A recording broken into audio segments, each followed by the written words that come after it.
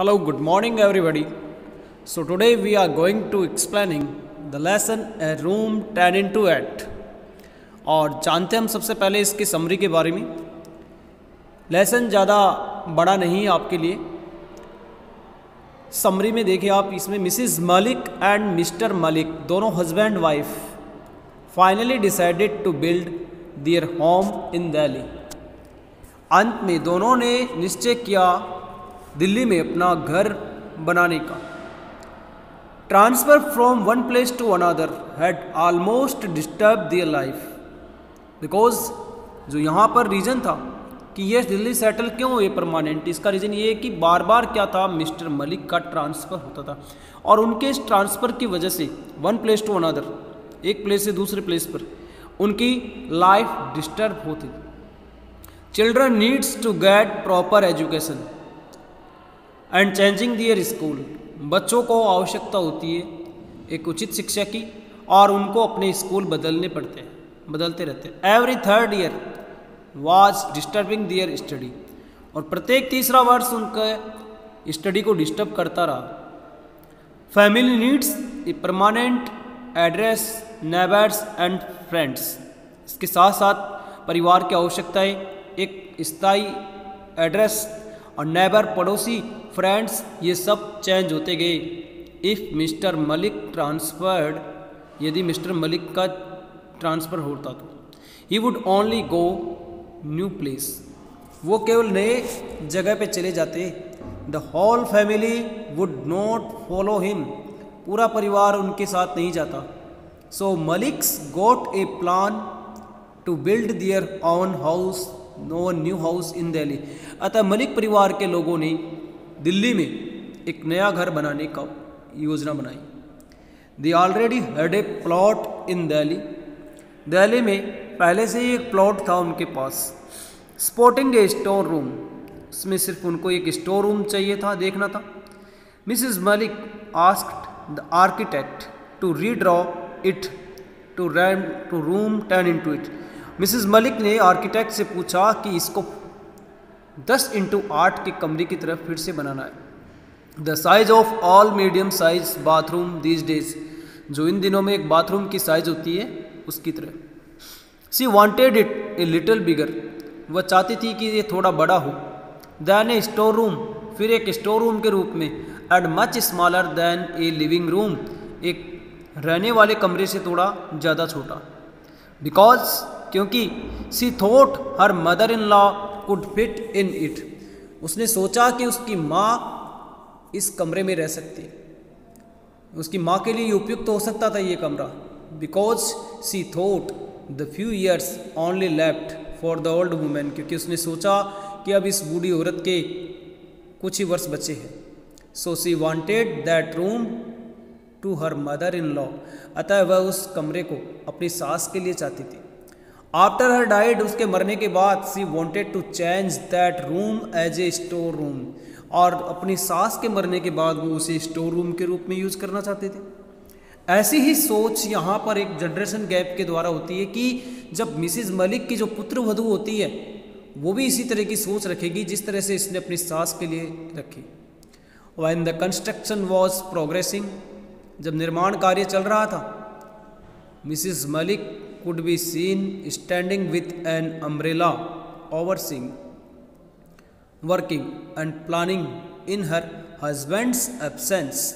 तो मिसिस मलिक क्या करती, वो उस कंस्ट्रक्शन साइट पे जहाँ निर्माण स्थल था वहाँ पे एक अम्ब्रेला लेकर के उसका खड़े होकर के काम को देखती रहती थी और अपने हस्बैंड के अनुपस्थिति में कई योजनाएं बना रही थी।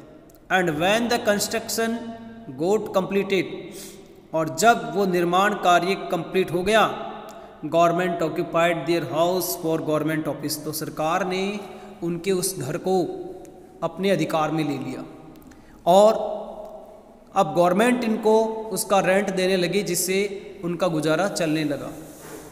Then mister Malik another transferred from Delhi, फिर मिस्टर मलिक का फिर से ट्रांसफ़र हो गया Delhi. Took the whole family away from Delhi, और पूरा परिवार दिल्ली से ले जाया गया। During this time mister Malik died, और इसी टाइम मिस्टर मलिक डाइड हो गए, मर गए, मिस्टर मलिक गुजर गए। और after a few years her sun got married, और कुछ ही वर्षों बाद उनके पुत्र की शादी भी हो गई। It took several years before the Malik goat the house back from the government, काफ़ी वर्ष लगे मिसिस मलिक को अब उनका खुद का घर गवर्नमेंट से, सरकार से वापस लाने हासिल करने में। They had to wait for an auspicious day for a move, उनको अब एक शुभ दिन का इंतज़ार करना पड़ा था अपने नए घर में जाने के लिए। Finally when her son and her daughter in law reached new house, जब उनके पुत्र और पुत्र वधू जब उस नए घर में पहुँचे, दे वर वेरी हैप्पी, वे बहुत खुश थे। But Mrs Malik was not happy, लेकिन मिसिस मलिक खुश नहीं थी। Because she was given the same room 10x8, क्योंकि उसे वही रूम दिया गया जो उसने अपनी सास के लिए, अपनी मदर इन लॉ के लिए सोचा था। द वेरी स्मॉल रूम, छोटा कमरा, that Mrs Malik had planned for her mother in law, जो मिसिस मलिक ने अपनी सास के लिए योजना बनाई थी। यहाँ आर्किटेक्ट इस लेसन के अंदर जो मिसिस मलिक के पुत्र वधू है इसका एक स्केच भी बनाता है, और स्केच के साथ साथ थोड़ा सा स्टोरी को बढ़ा के दिया हुआ है। ये शॉर्ट समरी है आप स्टूडेंट्स के लिए, ज़्यादा बड़ा नहीं।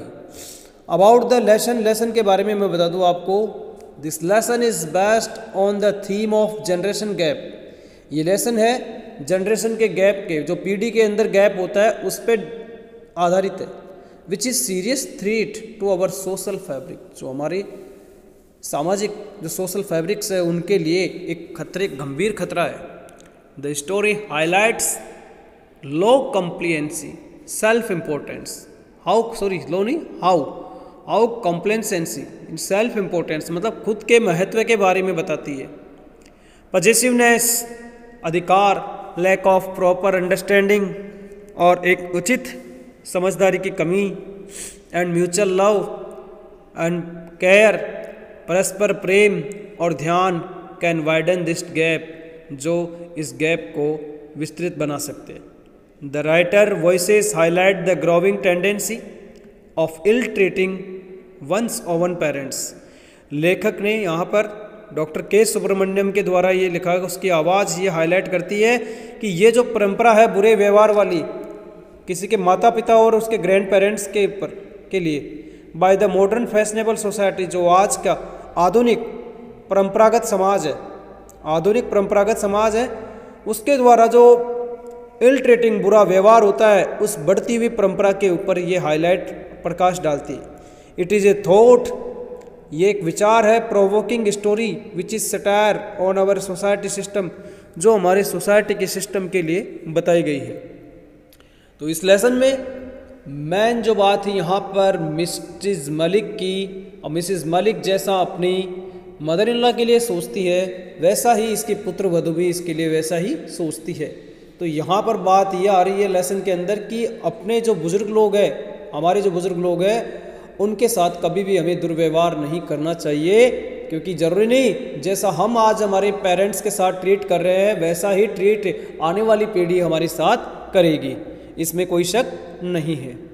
और आज के जो आपको लॉस्ट स्प्रिंग लेसन था, मैंने आपको लास्ट वीडियो में पढ़ाया था, तो उस लॉस्ट स्प्रिंग लेसन के आपके क्वेश्चन आपको PDF फाइल में ऐप में भी मिलेंगे और आपको व्हाट्सएप पे भी सेंड किए दिए जाएंगे। और ये एक छोटा सा वीडियो रूम 10x8 का, इसे अच्छे से समझ लीजिएगा स्टूडेंट्स से, बिकॉज ये लेसन भी आपके लिए काफ़ी ज़्यादा इंपॉर्टेंट है, लॉस्ट स्प्रिंग का भी है। अभी हमारी रेनबो बुक चल रही है तो आप थोड़ा अच्छे से फोकस कीजिएगा। Okay, have a nice day, thank you.